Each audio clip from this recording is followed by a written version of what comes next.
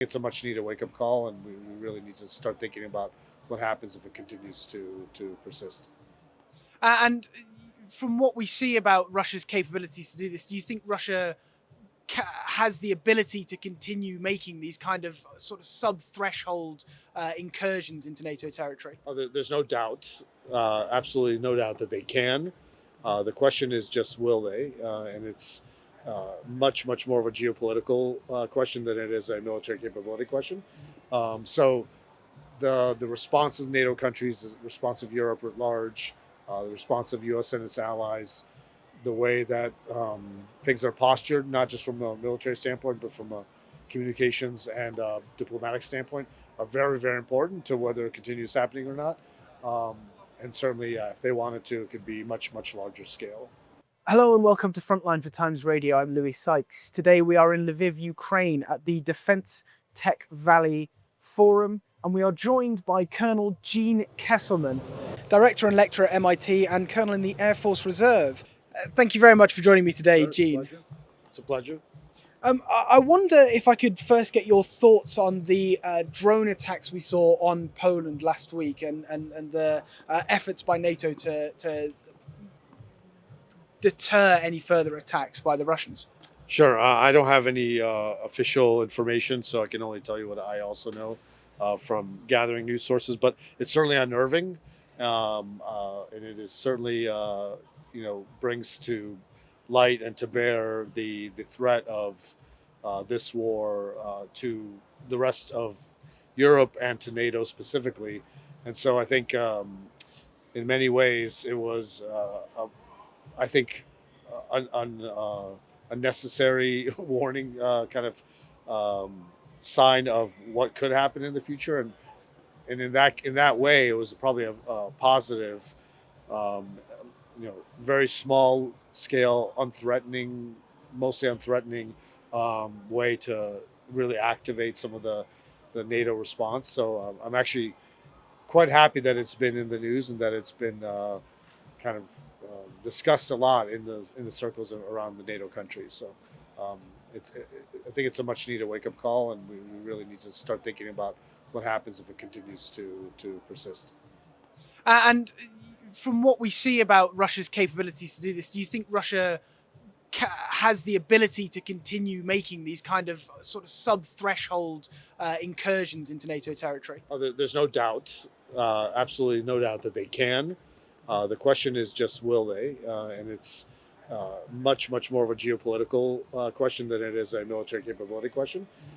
So the response of NATO countries, the response of Europe at large, the response of U.S. and its allies, the way that things are postured, not just from a military standpoint, but from a communications and diplomatic standpoint, are very important to whether it continues happening or not. Um, and certainly, if they wanted to, it could be much larger scale. And what are your thoughts on NATO's response so far, this Eastern Sentry, a kind of bolstering of the defences in Poland and other Eastern NATO states? To this specific event, or just in general? In general, Oh, in general, I think it's um, well, it's a much needed outcome, and it's a fantastic outcome of this horribly unjust and unnecessary war. So I think in that regard, if you're looking for silver linings, or you're looking for good outcomes of a very bad situation, that is the best of them. That the fact that it really has woken up Europe, Eastern Europe specifically, but NATO writ large, to really take security seriously again, um, and not to necessarily have to depend on my country, the United States, to take that ownership of the problem and of the looming threat of Russia, is very important, and the only outcome that could have come out of this, I think. And are you confident in the capabilities of NATO's European partners to be able to continue to provide air defence from these sort of drone incursions? Well, that's a very complicated question. That speaks to capabilities of Russia. It speaks to what they have or have not shown they can do, and it speaks to actual capabilities and then versus potential capabilities. And so it's a very long answer in full. So what I'll say is I'm not confident, um, that it's enough right now, but I think I'm very confident it could be enough in the definitely in the near, but I mean probably in the near, but definitely in the long term future. And I hope that this is another signal that not just obviously ground defense, not just air defense, cyber defense, counter drone systems, because it's a very different process defending from a Shaheed or from a ballistic missile to 10,000 drones. So all of those defense systems, including cyber, including socioeconomic, um, all of those things need to be in place much more than they are, and I think they could be. But these sort of events, I think, are wake up calls. And I'm speaking to you today at the Defence Tech Valley Brave One event, where we've seen all sorts of equipment here, a lot of it focused around drones and counter-drone and electronic warfare technology. Do you think there's a lot of opportunity here in Ukraine to innovate new methods and cheaper methods, perhaps most importantly, to deter and prevent those kind of drone attacks that we've seen in Romania and Poland? Um, yes, I mean certainly this is the front line of those systems being developed, and certainly the front line of them being tested. Um, I don't think we are seeing yet the final form of what warfare will look like. So what we are getting now is just what I call just kind of the first phase of the changing of warfare from manned systems to unmanned systems at enormous scales. So right now we're kind of in this transition period, I believe, where we're just starting to understand the robotic revolution, the autonomous revolution, and the AI revolution.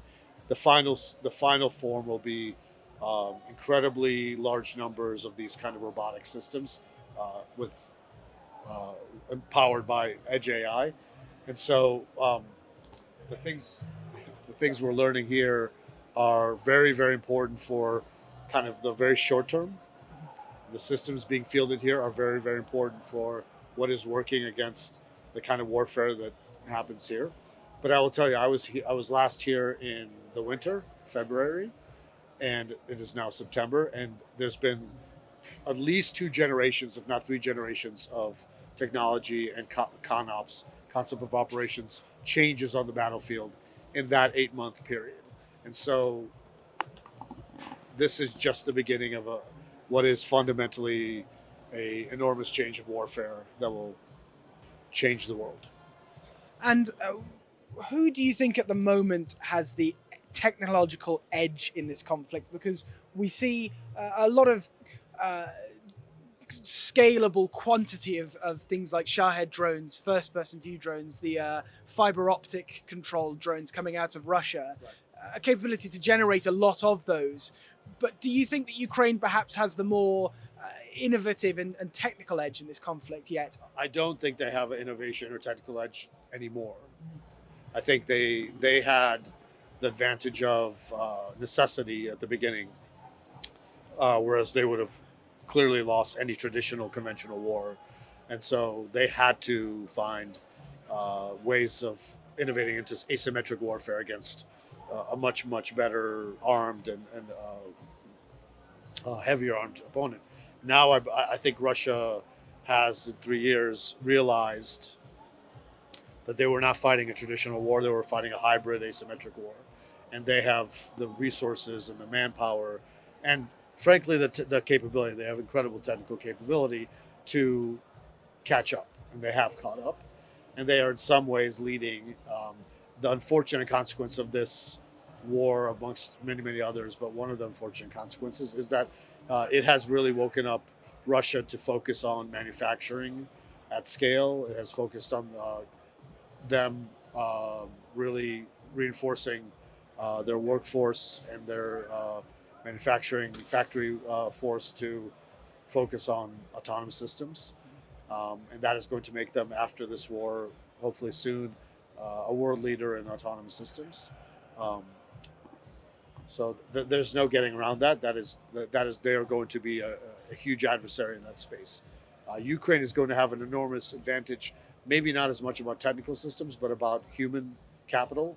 They're going to have incredible experienced people that will know how to build, how to innovate, how to create systems for and against autonomy, um, and how to manufacture, hopefully at much even bigger scales than they are able to right now. So where does that leave Ukraine and Ukraine's Western allies? How could they now leapfrog back ahead again, do you think?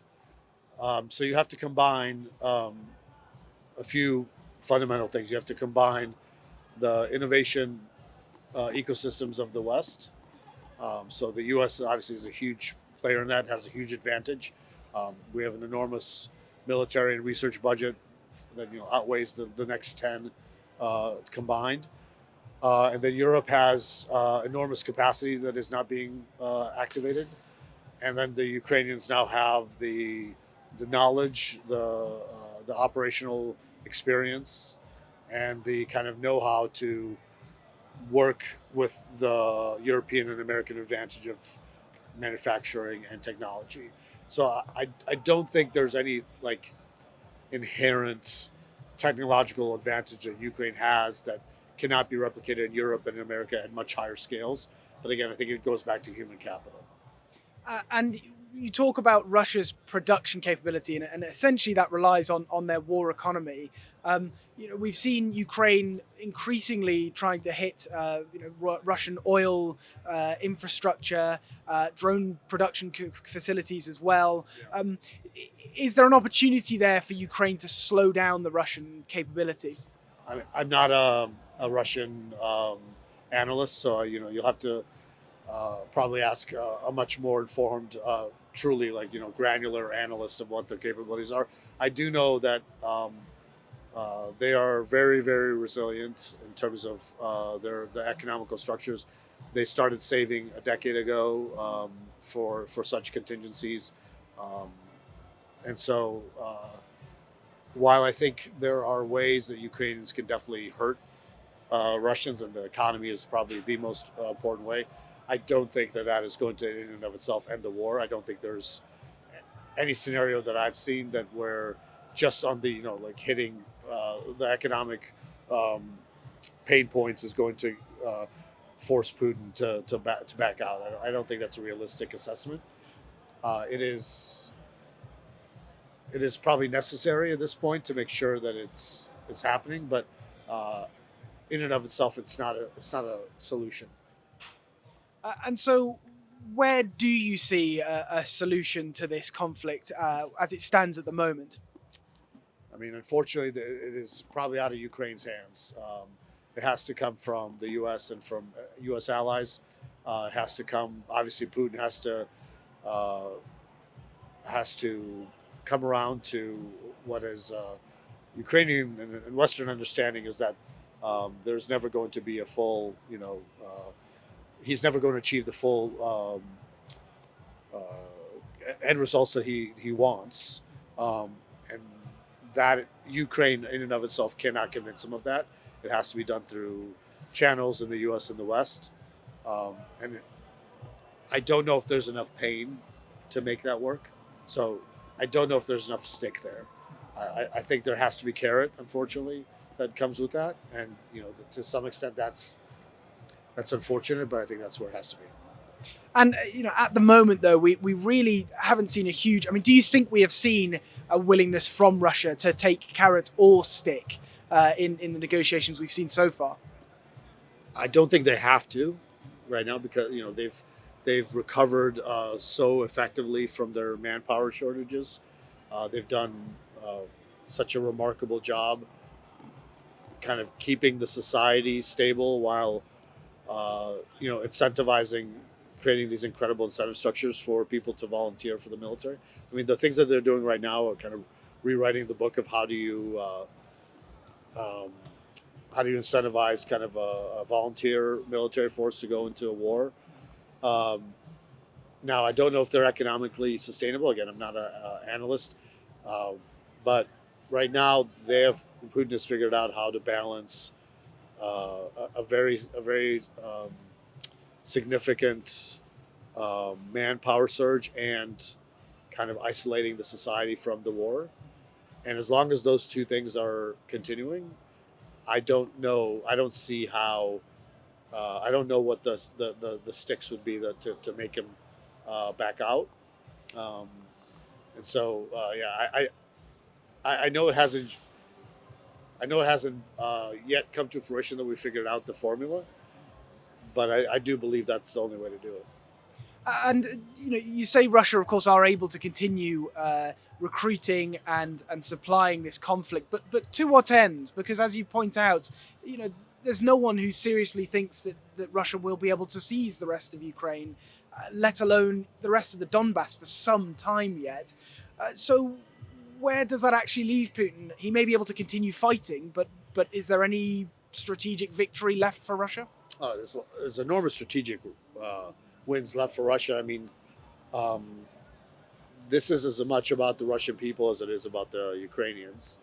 And Putin obviously cannot show weakness and capitulation. Um, he sold this war as not just a strategic war, but a moral and just war, and he has to live up to those expectations that he set.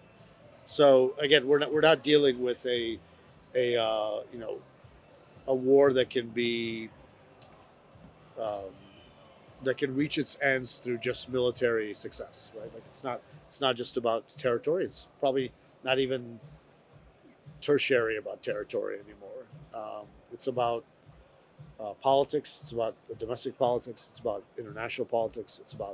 Um, it's about culture. It's about the Russian culture and the Russians' views of themselves and their importance in the world, and their projection of you know that they share the world stage. They're not a secondary player on the world stage. So things like that. I mean, and those are not. If you're an analyst trying to figure out how to end a war, those are not uh, objective things that you can really analyze. They're really about people and culture and unfortunately not as much about military and economics. Presumably, though, you know, events like the one we are at today will continue to be very important then, because it doesn't sound to me like you believe there is a path, a clear path to an end to this conflict yet. Short of very very realistic, not realistic, very available options, but not realistic options. Um, those along the lines of things like Article 5 and boots on the ground and things that very important people have said will not happen. So short of those kind of options, I don't know what is a guaranteed option to end this war, right? Um, and I mean, uh, so events like this are incredibly important. Maybe over time, Ukraine becomes capable of forcing an end on its own.